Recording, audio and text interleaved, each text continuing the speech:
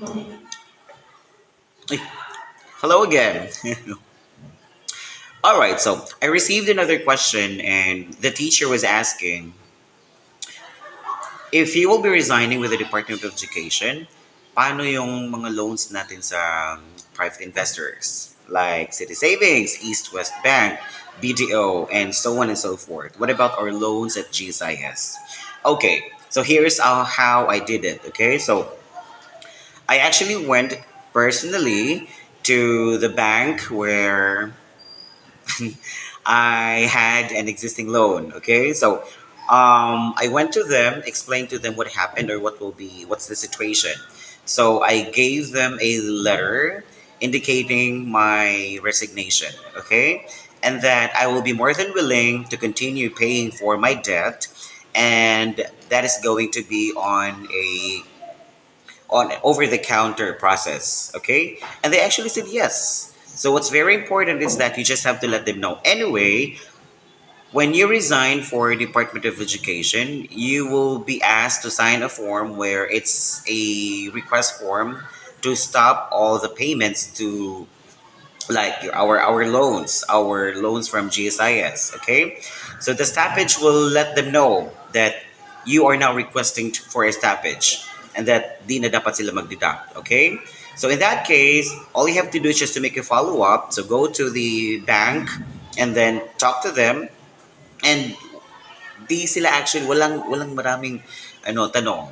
They will just say okay for as long as you will be continuing your payment with them as long as merong magbabayad din. Okay? So, sino ba itong dapat magbayad? So, you would have to craft an SPA, Special Power of Attorney, indicating the name of the person who will be paying for in behalf of you. Okay? So, that's what I did. So, pag alis ko maybe at the end of this month, by next month, that person that will be paying in behalf of me will be responsible now to go to the bank and will have the over-the-counter payment para po sa loan ko. Ganun lang po ka-easy. So what about sa GSIS? It's actually the same process. You just have to go to them and explain to them. All right? So you just have to explain to them na aalis ka na sa DepEd, and then you need to make sure that you need to talk to them because in cases like mine, ano kasi ako, 9 years lang sa DepEd. So it's not an early retirement for me. Early retirement if umabot ka ng 15 years sa DepEd. But mine is really resignation because I only spent 9 years in the Department of Education. So anong mangyayari? Will I be receiving anything? Will there be any last pay?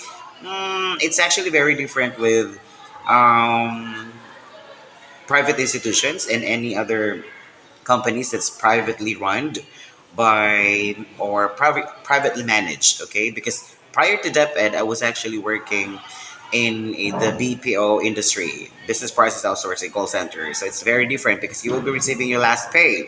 Here, if you're working in the government, wala kang matatanggap. Okay, only your last sweldo. Take note, your last sweldo only. And what else will you be getting? So you need to go to the personnel at GSIS because they will be giving you a computation of how much will you be getting. But it's not actually called the last pay because you will be getting all this. I'm not sure if what's the correct term, pero maibibigay sila. So, ang computation is like this. Um, if ilang years ka na nag-work sa DepEd, if wala pang 15 years, so i-compute nila. So, your last sweldo, your last monthly salary will be multiplied to the number of years that you worked. Okay, so like mine, teacher 2. So that's like around 29,449 pesos. That's mine because I have step increment 2. Okay, so it will be multiplied by 9, and the total for that will be, or there will be deductions like my existing loan. Meron pa akong existing loan sa kanila. And when can I get it? When you reach the age of 60 years old. Yes, mga kabayan. Okay? So when you reach the age of 60 years old, that's the time that you will get the computation for the number of years that you worked with the Department of Education. Ganun lang. So, mag-isip-isip, okay? If you really wanted to resign. If you will ask me, I would really suggest wait for 15 years. After 15 years, you can file for an early retirement. All right? Hope you learned something today. Coffee.